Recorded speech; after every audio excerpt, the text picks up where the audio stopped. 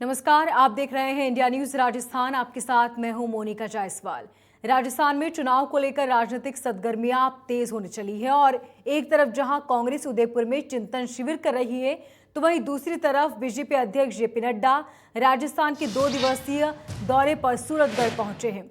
JP Nadda ने सूरतगढ़ में booth अध्यक्षों से सीधा संवाद किया और कांग्रेस पर जमकर हमला बोला। उन्होंने प्रदेश सरकार को भ्रष्ट बताया और साथ ही महिला अपराधों के मुद्दे पर भी कांग्रेस सरकार को घेरा। इसी के साथ उन्होंने 2023 में होने वाले विधानसभा चुनाव में बीजेपी को जीत दिलाने की आम जनता से अपील की। 2 तस्वीरें आपकी टीवी स्क्रीन पर। पहली तस्वीर जहां कांग्रेस चिंतन शिविर कर रही है, तो वहीं दूसरी तरफ बीजेपी अध्यक्ष जेपी नड्डा लोगों को जीतने में लगे हुए हैं। आपने मोदी जी की सरकार बनाई। 2020 की जनवरी में कोरोना आया।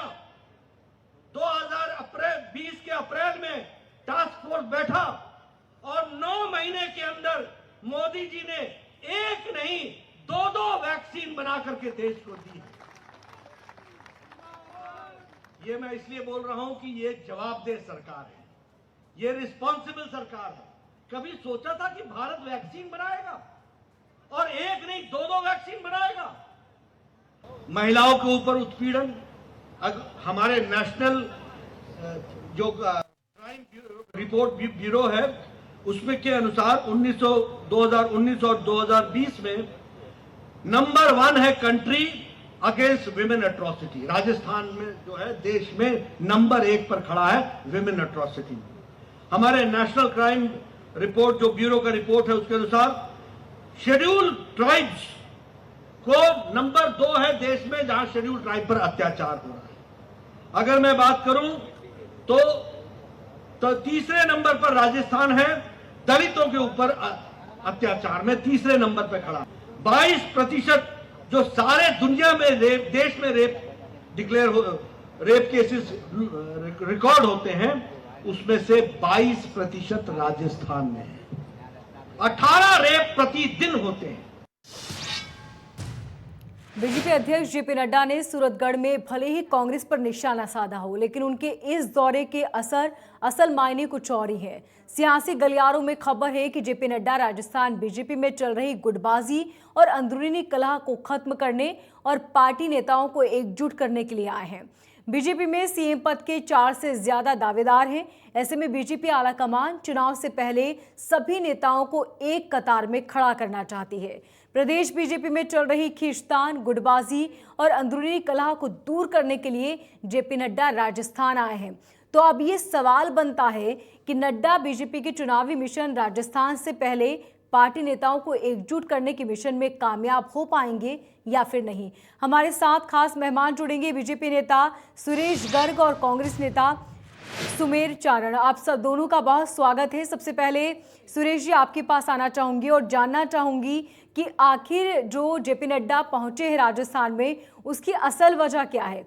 क्या जनता के बीच जाकर कांग्रेस की खामियों को उजागर करना है या फिर जो अंदरूनी कलह चल रही है बीजेपी की उसे खत्म करने आए हैं?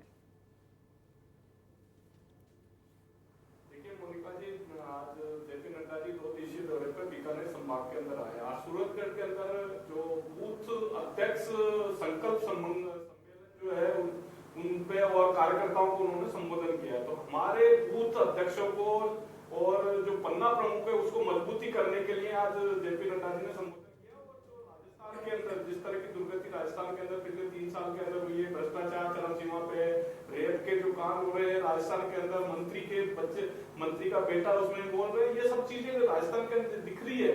तो उन चीजों को ध्यान में रखते हुए जेपी नड्डा जी का मुख्य उद्देश्य हमारे संगठन को मजबूत करना। वहां के जो बूथ अध्यक्ष जयपुर बीकानेर संभाग के अंदर अभी हमारे 5902 बूथ अध्यक्ष बने हुए हैं, उन बूथ अध्यक्षों को और कार्यकर्ताओं को संबोधन करना। दूसरा उनका हम हर जिले के अंदर हमारे भारतीय जनता पार्टी के कार्यालय बन रहे हैं। तो 10 जिलों के अंदर कार्यालय का निर्माण, 3 जिलों के कार्यालयों का निर्माण हो चुका है, उनका उद्घाटन भी हो चुका है। 10 जिलों के कार्यालयों का निर्माण कल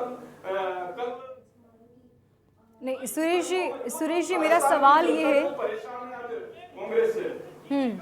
मेरा सवाल आपसे ये है कि क्या यहाँ पर जो आपसी गुटबाजी की खबरें सामने आ रही है बीजेपी में, उसे दूर करने के इरादे से आए हैं जेपी नड्डा, या फिर जनता के बीच जो कांग्रेस की खामियां हैं उसे गिनाने पहुंचे हैं? मोनिका जी, निश्चित रूप से वो जनता के बीच में जो कांग्रेस की जो खामियां है, कांग्रेस की जो नाकामी है, आज हिंदुस्तान के अंदर सबसे महंगा पेट्रोल, हिंदुस्तान में सबसे महंगी बिजली, हिंदुस्तान के अंदर सबसे महंगा पानी वो राजस्थान के अंदर मिल रहा है। आज तीन चीजों को आपने देखा होगा कि कभी भी पेट्रोल महंगा हो सकता है, बिजली महंगी, पानी महंगी और इंटरनेट, कभी भी इंटरनेट बंद हो सकता है। आज देखिए कि अगर कोई दूसरे राज्य के अंदर अगर कोई घटना होती है तो वहां इंटरनेट बंद नहीं होता, लेकिन यहाँ अगर एलकेजी बच्चे की भी एग्जाम है ना तो वो इंटरनेट को बंद कर दिया जाता है। ठीक है। जनता को हम राजस्थान की नाकामी बताने के लिए जेपी नड्डा जी आए।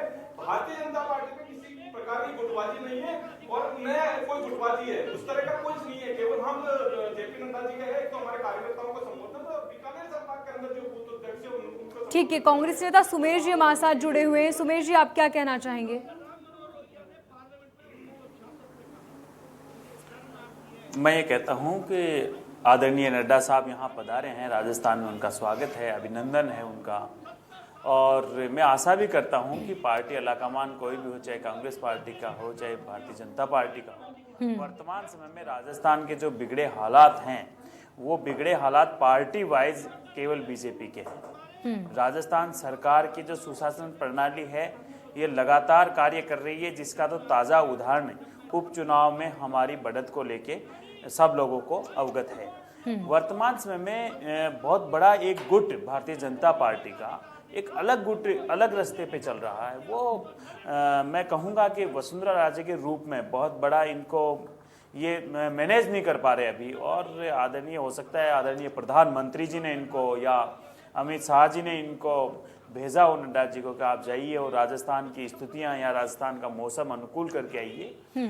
परंतु सबसे बड़ी बात यह है कि भारतीय जनता पार्टी एक विपक्ष की भूमिका निभाने में बिल्कुल नागवा, बिल्कुल हायरलेस है। बिल्कुल मतलब मैं यूं कहूं कि एक विपक्ष की भूमिका भी ये प्रॉपर नहीं निभा रही। अगर विपक्ष की भूमिका ये निभाती तो कहीं ना कहीं उपचुनाव में इनका सम्मानजनक स्कोर कम से कम रहता। और मैं मानता हूं कि नड्डा जी अब देखिए प्रदेश अध्यक्ष जी का ही एक, हमारे प्रदेश अध्यक्ष जी जब उस समय सचिन पायलट साहब थे, महारानी की सरकार थी, महलों से सरकार चलती थी, हम लोगों ने रोडों पे पुलिस के डंडे खा के हमने ललकारा और सरकार को उल्टे पांव धकेलने पे मजबूर किया। सुमेश जी, लेकिन जेपी नड्डा का ये कहना है कि आप अगर सड़कों पर उतरकर, एक सेकेंड सुमेश जी, जेपी नड्डा जी का ये कहना है कि सड़कों पर उतरकर काम कर रहे हैं कांग्रेस नेता, उसके बावजूद भी महिलाओं पर अपराध लगातार बढ़ते जा रहे हैं और दिन ब दिन ये अपराधों की जो संख्या है वो भी बढ़ती जा रही है। इसके पीछे की क्या वजह है और इसको कैसे आप टैकल करेंगे? देखिए, अपराध किसी जाति और किसी धर्म पर निर्भर नहीं है और ना ही किसी धर्म और किसी जाति का इनको संरक्षण है।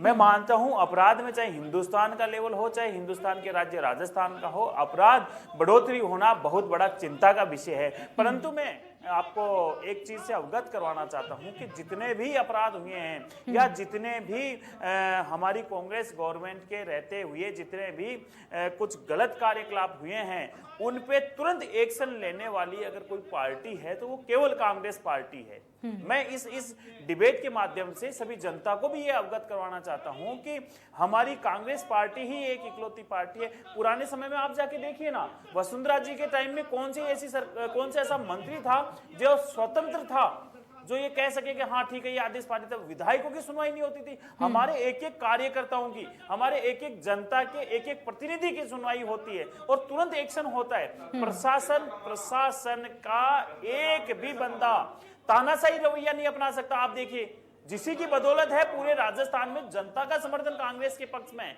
आप कांग्रेस के पक्ष में जनता में आज चुनाव करवा लीजिए। आप जनता का जो जनमानस है वो जनमानस किसके साथ है लोकतंत्र में, यह बात बहुत महत्वपूर्ण होती है। ठीक है सुरेश जी, जिस तरीके से सुमेश जी का कहना है कि जो अपराध हो रहे हैं लेकिन उसके बाद एक्शन भी लिया जा रहा है, बावजूद इसके अपराधों की संख्या तो बढ़ती ही जा रही है, हालांकि इस पर एक्शन लेने की बात भी सामने आई है, क्या कहना चाहेंगे? 70 साल के जीवन में इज्जत से जीने का अधिकार नहीं था, उनको इनसे पूछे कि अभी 5 राज्यों के अंदर चुनाव हुए, इनमें 5 राज्यों में इनकी क्या हालत रही है, 5 राज्यों के अंदर यूपी के नहीं नहीं, अभी राजस्थान की बात हो रही है सर, अभी सिर्फ राजस्थान की बात हो रही है। सीटों के अंदर जमानत जब्त हो चुकी है।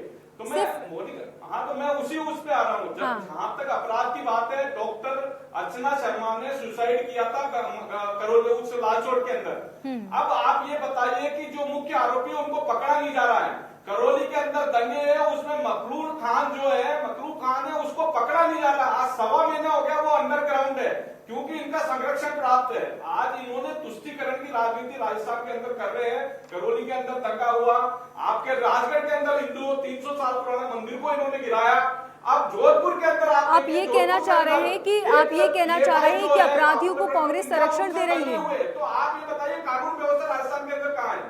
सुरेश जी, आप ये कहना चाह रहे हैं कि संरक्षण मिल रहा है अपराधियों को कांग्रेस की पार्टी में? कांग्रेस निश्चित रूप से कांग्रेस मतलब उनको संरक्षण दे रही है, अपराधियों को संरक्षण दे रही है। मोनिका जी आप बताइए, एक अय्यन के 20 जगह से हड्डी तोड़ दी गई है, इसके बावजूद भी इनके जो एमएलए है मल्लिका जी को उनको गिरफ्तार नहीं किया गया। ठीक है, जबकि हमारे भारतीय जनता सुमेश पार्टी जी जो कार्यकर्ता है सिर्फ हाथ लगाया था, उनको गिरफ्तार कर लिया गया। तो ये इनकी कानून व्यवस्था, ये कह रहे हैं ना कि यहाँ पे कानून का राज है। भैया कानून का राज होता तो आज हर कार्यकर्ता को बीजेपी का ठीक है सर, सवाल ले लेते हैं। सुमेश जी क्या कहना चाहेंगे? सुरेश जी ने बहुत गंभीर आरोप लगाए हैं कि कांग्रेस ही अपराधियों को संरक्षण देती है और इसी वजह से अपराध बढ़ते जा रहे हैं। 1 सेकंड सुरेश जी, सवाल ले लीजिए, बोलिए सुमेश जी। बिल्कुल निश्चित रूप से मैं बिल्कुल इनको, मेरे साथी प्रवक्ता को ये बताना चाहता हूँ, ये अवगत करवाना चाहता हूँ कि आप इतिहास उठा के देख लीजिए, भारतीय जनता पार्टी के पूर्व राज्य के अंदर एक भी एक्शन हुआ हो और वर्तमान समय में कांग्रेस राज्य में इतने एक्शन हुए हैं, इतने काम हुए हैं। आप लोग ये तुष्टीकरण की राजनीति अपना रहे हो। ये धर्मनिरपेक्ष देश है, था और रहेगा। आप जो ये हिंदू मुस्लिम के दंगे फैला रहे हो ना, ये बात चलने वाली नहीं है। हिंदू मुस्लिम की राजनीति से आपने देश को खोखला कर दिया। आपको बात करनी चाहिए, बेरोजगारों की बात करनी चाहिए थी। आप मुझे आपका एक आंदोलन बता दीजिए, पूनिया जी के नेतृत्व में एक आंदोलन बता दीजिए जो युवा एक करके बोलिए ताकि आपकी आवाज ठीक से पहुंच पाए। 1 सेकंड सुरेश जी, आप लोग जनता को भ्रमित कर रहे हो, आप किसानों को भ्रमित कर रहे हो, आप युवाओं को भ्रमित कर रहे हो। आपने एक नौकरी दी क्या? आपने पिछले कार्यकाल में एक नौकरी दी क्या? अपने कागज उठा के देखिए।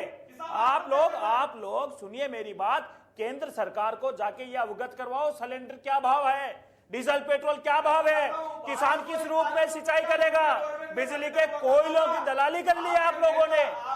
शर्म आनी चाहिए आप लोगों को। विपक्ष की भूमिका राजस्थान में निभा नहीं पा रहे ये लोग, और दिल्ली के अंदर नरेंद्र मोदी जी को कुछ कह नहीं रहे।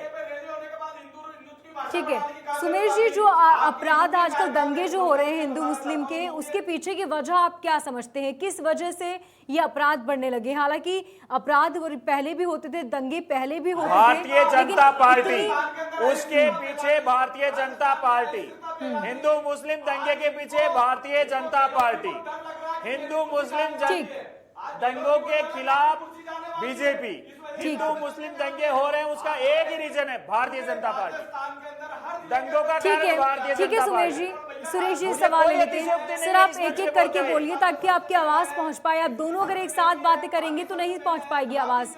1 सेकंड सर। सुरेश जी, सुमेश जी का कहना है कि जो दंगे आजकल हो रहे हैं हिंदू मुस्लिम को लेकर, उसके पीछे की वजह बीजेपी है, बीजेपी की विचारधारा है। क्या कहना चाहेंगे आप?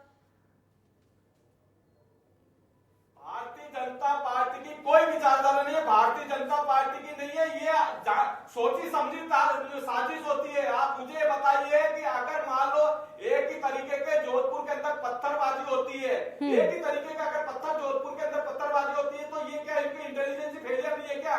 इनको पुलिस को पता नहीं है कि पत्थरबाजी कहाँ हो रही है? करौली के अंदर दंगा हो रहा है, अगर वहां पे जुलूस निकल रहा है, जुलूस के अंदर पत्थरबाजी हो रही है, पुलिस को पता नहीं चलता। ये इनकी इंटेलिजेंस फेलियर है। डीजीपी खुद एक्सेप्ट कर रहे हैं कि हमारे कानून व्यवस्था फेलियर है। सुरेश जी, से फेलियर कहा जा सकता है, लेकिन ये तो नहीं कहा जा सकता कि कांग्रेस ही करा रही है। कांग्रेस खुद ही अपने राज्य में क्यों दंगे कराएगी जबकि राज्य में उन्हीं की पार्टी है? मोनिका जी, इनके मुख्यमंत्री जी को लग रहा है कि मैं अस्थिर होने वाला हूँ, अस्थिर होने वाला हूँ, इस वजह से ये चीज कराई जा रही है।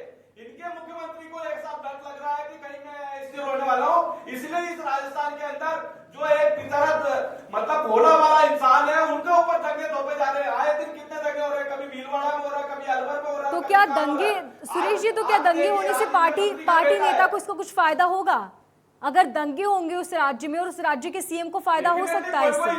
मैं यही कांग्रेस की हो सकता है, ये सोच हो सकता है मोनिका जी, कांग्रेस की यही सोच हो, नहीं तो भारतीय जनता पार्टी का क्या लेना देना? कानून व्यवस्था इनके हाथ में है, क्यों इस मामले को बीजेपी कैसे सोचती है सर? इस पूरे मामले को लेकर बीजेपी की क्या सोच है? सुरेश जी, ठीक है, आप बताइए, आप बीजेपी पार्टी की क्या सोच है? अगर राज्य में जिस पार्टी का सीएम है उस राज्य में दंगे हो रहे हैं और आप कह रहे हैं सीएम को फायदा हो सकता है, मैं ये बता, मोनिका जी मुझे ये बताइए कि अगर शांति प्रिय जुलूस निकल रहा है तो कहां शांति प्रिय जुलूस पे पत्थरबाजी किसने की? जोधपुर के अंदर दंगा हुआ तो किसने पत्थरबाजी की? रात को अगर 11 बजे तक अगर दंगा होता है, सुबह 2:30 बजे तक ये उसको दंगा बरसाती है, तो इन्होंने कर्फ्यू क्यों नहीं जारी किया? कर्फ्यू 2:30 बजे बाद क्यों लगाया? क्या इनको रात को जो हुआ था, रात को जो झगड़ा हुआ था, क्या इनको इंटेलिजेंस फेलियर है? इनको पुलिस को पता नहीं चला कि कल भी होगा? 2:30 बजे तक वहां पर वर्ग विशेष को के ऊपर अत्याचार होता रहा, पीछे से उसके चाकू मारा है बेचारा। अगर वो अपने दादाजी की दवाई लेने जा रहा तो पीछे उसके ऊपर चाकू मारा है, उसके इलाज के लिए इलाज नहीं हो रहा है। जब हमारे भारतीय जनता पार्टी का कार्यकर्ता, भारतीय जनता पार्टी का मंत्री गया, तब जाकर उसको इलाज हुआ वहां पे। आप ये देखिए, एक 7 साल की लड़की, 7 साल की लड़की, उसके ऊपर उन्होंने पत्थरबाजी। नहीं तो आप ये कहिए ना सर कि पत्थरबाजी हो रही है, अपराध हो रहे हैं, दंगे हो रहे हैं, ये किसी भी सूरत में सही नहीं हो सकता, ये बिल्कुल गलत है। लेकिन इसके लिए किसी राजनीतिक पार्टी को फायदा और नुकसान की बात गलत है। अगर कहीं भी दंगे हो रहे हैं या कोई अपराध हो रहा है, इससे किसी को फायदा नहीं हो सकता। ये सिर्फ एक बुरी मानसिकता है और ऐसी मानसिकता वाले लोगों को नुकसान होता है। कभी किसी भी चीज को, किसी भी व्यक्ति को, एक सिंगल पर्सन को भी इससे फायदा नहीं हो सकता। यहां आप बिल्कुल गलत हैं। सुमेश जी कहिए। वर्तमान समय में जो हालात राजस्थान के हैं और राजस्थान के साथ साथ संपूर्ण देश के अंदर जो सांप्रदायिक सौहार्द की जो बातें चलने वाली थी पूर्व जमाने में, उनका जो हास्य हो रहा है, उनकी जो तुष्टीकरण की राजनीति जो हो रही है, मैं मानता हूं इसमें कोई अतिशयोक्ति नहीं होगी। आप संपूर्ण देश की स्थिति उठा के देख लीजिए, ये केवल हिंदू और मुसलमानों को लड़वाने का कार्य अगर कोई पार्टी करती है तो वो भारतीय जनता पार्टी है। और मैं इनको बहुत अच्छी तरह से इनको ये समझाना चाहता हूं, इनको बताना चाहता हूं कि आप वर्तमान समय में देश को पीछे ले जाने का काम मत करिए भैया, कम से कम देश को शिक्षित करवाइए। अगर आपकी धार्मिक भावनाएं हैं, अगर कोई किसी भी पार्टी का दल, मैं कांग्रेस पार्टी का आदमी हूं, मेरी अगर पार्टी की विचारधारा किसी धर्म को प्रिपेयर करती है, या भारतीय जनता पार्टी की जो विचारधारा है वो किसी धर्म को प्रिपेयर करती है, आपको अगर स्वतंत्रता है तो किसी पाठ्यक्रम में आप लागू कर दीजिए। स्वेच्छा से जिसको बाइबल पढ़ना है बाइबल पढ़ेगा, स्वेच्छा से जिसको कुरान पढ़ना है वो कुरान पढ़ेगा, स्वेच्छा से जिसको गीता का अध्ययन करना है, रामायण का अध्ययन करना है, वो स्वेच्छा से करेगा। परंतु इस देश को शिक्षित बनाइए। इसमें भारतीय जनता पार्टी और कांग्रेस की जो भी प्रतिनिधि हैं, एक संपूर्ण एक संयुक्त बैठक का आयोजन होना चाहिए। वरना मैं आपको ये अवगत करवा रहा हूं इस बड़े चैनल के माध्यम से, आने वाला जो समय है वो हिंदुस्तान के अनुकूल नहीं है। हमारे तिरंगे का जो जुनून था, जो इन्होंने डिवाइड कर दिया, इन्होंने रंगों के में हिंदुस्तान को डिवाइड कर दिया। आप देखिए बेरोजगारी का आलम, आप देखिए महंगाई का आलम, ये कहां गया? जो मुद्दे हैं वो गौण हो गए और केवल ना केवल एक ट्रेड चल रहा है। ये ट्रेड क्या, एक चीज बताइए मुझे, आज आप ये बड़े बड़े दंगे की ये बात, इस मेरे साथी प्रवक्ता यहां बैठे हैं और मैं अब जानना भी चाहता हूं इनसे, अभी आपका जब समय आए जब आप बताना भी सही, जितने भी लोग हैं, काफी सारे लोग आपके ही संगठन के हो चाहे हमारे संगठन के हो, गाय पालने में उनको दिक्कत होती है, घर में गाय पालने में उनको परहेज होता है, तो डॉगी उसमें पालते हैं। अरे कहां का न्याय हो गया? एक सेकंड सुमेश जी सुनिए तो, सर सुनिए तो, जब आपको दिक्कत होती है सुमेश जी, मैं इनसे सवाल ये करना चाहता हूं कि क्या हिंदू मुस्लिम आप तुष्टीकरण की राजनीति करके क्या इस हिंदुस्तान का विकास कर पाएंगे?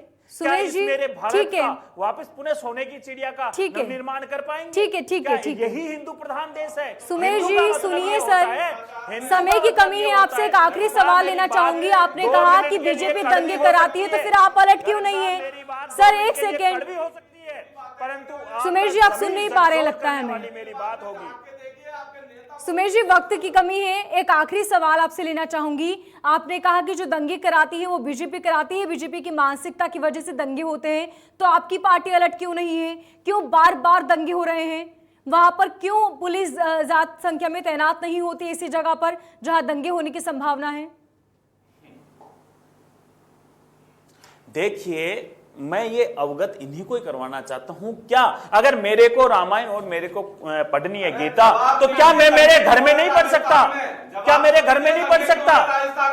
राजस्थान में नहीं, राजस्थान में नहीं, दंगे हो रहे हैं पूरे हिंदुस्तान के अंदर। आप लोगों पूरे हिंदुस्तान में दंगे हो रहे हैं। करौली दंगा इनके कारण हुआ, जोधपुर दंगा इनके कारण हुआ। ये लोग भगवे को तो मतलब महत्व नहीं समझ रहे। इन लोगों को ना गीता का अध्ययन किया है, ना रामायण का अध्ययन किया इन लोगों ने। और ये वो लोग हैं जो आज की तारीख में अगर कहीं ना कहीं इनको उठा के पूछ ले तो रामायण का। ठीक है सर, समय की कमी है। आप दोनों ही मेहमानों का बहुत शुक्रिया तमाम जानकारी के लिए। और एक तरफ बीजेपी तो दूसरी तरफ कांग्रेस, दोनों ही पार्टियां एक दूसरे पर आरोप लगा रही हैं और साथ ही आने वाले चुनाव को लेकर पूरी तैयारी में है। लेकिन आखिर जनता तय करेगी कि उसे किसका सुशासन पसंद है और किसका नहीं। फिलहाल मुझे दीजिए इजाजत और देखते रहिए इंडिया न्यूज।